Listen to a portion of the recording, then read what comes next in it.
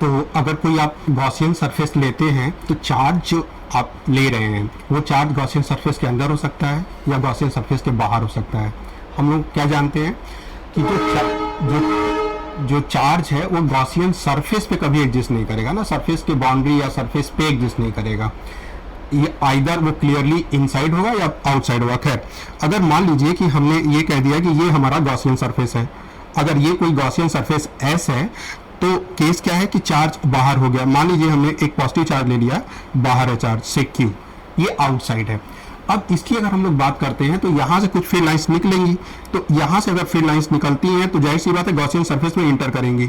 अब ये चूंकि number of field lines passing through per unit area and perpendicular to the surface is called the flux. अब इसे हम लोग कैसे काउंट करेंगे, तो हम लोग कहते हैं कि जो फ्लक्स होता है से हम लोग ई डॉट डी एस लेते हैं। अब ई क्या हो गया, इलेक्ट्रिक फील्ड हो गया, और ds क्या हो गया, एरिया वेक्टर हो गया। तो अगर हम यहाँ पे एरिया वेक्टर ये ले लेते हैं कि ये हमारा एरिया वेक्टर है, तो ये एरिया वेक्टर आपका किधर आएगा, दैट इज आउटवर्ड नॉर्मल, ये ds हो गया। नाउ इलेक्ट्रिक फील्ड कहाँ है, तो इलेक्ट्रिक फील्ड यहाँ पे आपका टेंजेंट लाइन ड्रॉ करेंगे इलेक्ट्रिक फील्ड पे, तो ये इलेक्ट्रिक फील्ड हो गई। अब अगर ये एंगल देखा जाए कि ये एंगल एक्यूट है या ऑब्ट्यूस है, तो जाहिर सी बात है थीटा में क्या दिख रहा है, ऑब्ट्यूस दिख रहा है। और अगर थीटा ऑब्ट्यूस है तो हम लोग बात करेंगे कि दिस वेक्टर जो हम इंटीग्रल की बात कर रहे हैं ई डी एस कॉस थीटा हो गया।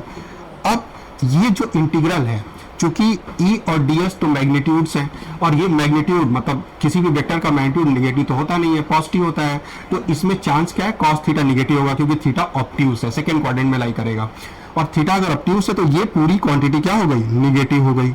इसका मतलब कि जो फ्लक्स है दैट इज फ्लक्स, और अगर हम क्लोज इंटीग्रल ले लेते हैं तो क्लोज इंटीग्रल की बात, अच्छा ये कौन सा फ्लक्स होगा, जो इन कर रहा है, मतलब अंदर जा रहा है गॉसियन सरफेस के, तो वो फ्लक्स क्या हो गया, निगेटिव हो गया। यहां से हमने देखा कि वो फ्लक्स निगेटिव हो गया ना।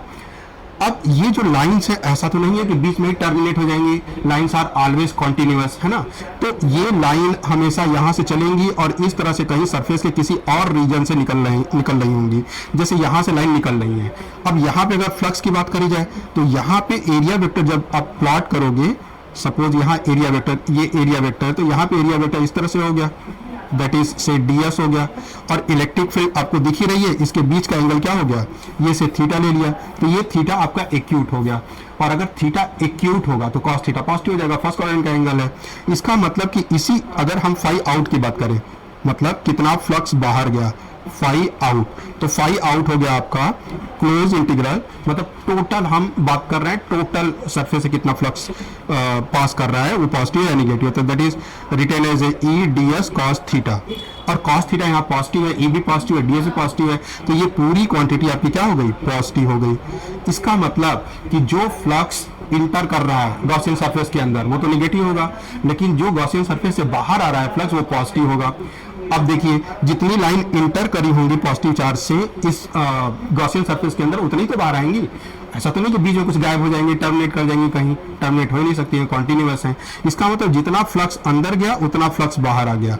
लेकिन नेट फ्लक्स की बात करें तो जो नेट फ्लक्स हो गया that is in plus out, ये जीरो हो जाएगा। इसका मतलब क्या हुआ कि अगर कोई भी चार्ज आउटसाइड में है गॉसियन सरफेस के, तो वो कोई भी नेट फ्लक्स कंट्रीब्यूट नहीं करता है थ्रू दिस गॉसियन सरफेस जिससे बात करी जा रही है। तो यहाँ ऑप्शन पे आते हैं, तो कह रहा है कि अगर चार्ज एक ही टाइप का हो जाएगा यूनिवर्स में, चलिए मान लीजिए पॉजिटिव हो जाए निगेटिव हो जाए, क्या ही फर्क पड़ता है। तो कह रहे हैं कि if there is only one type of charge in universe, तो ये जो इंटीग्रल है ये किसकी बात कर रहा है, ये फ्लक्स की बात कर रहा है। तो क्या फ्लक्स जीरो होगा अगर ऑन एनी सरफेस, तो ये गलत बात हो गया भाई। अगर वो चार्ज अंदर होता तो उसकी वजह से फ्लक्स जीरो नहीं होता। जीरो कब होता, जब वो charge outside of the Gaussian surface है। इसका मतलब ये पार्शियल ट्रू है। ये कब ट्रू होगा, ये ट्रू तब होगा जब चार्ज गॉसियन सरफेस के अंदर है। लेकिन अगर गॉसियन सरफेस के बाहर है तो ये नॉट इक्वल टू जीरो ना होके इक्वल्स टू जीरो हो जाएगा।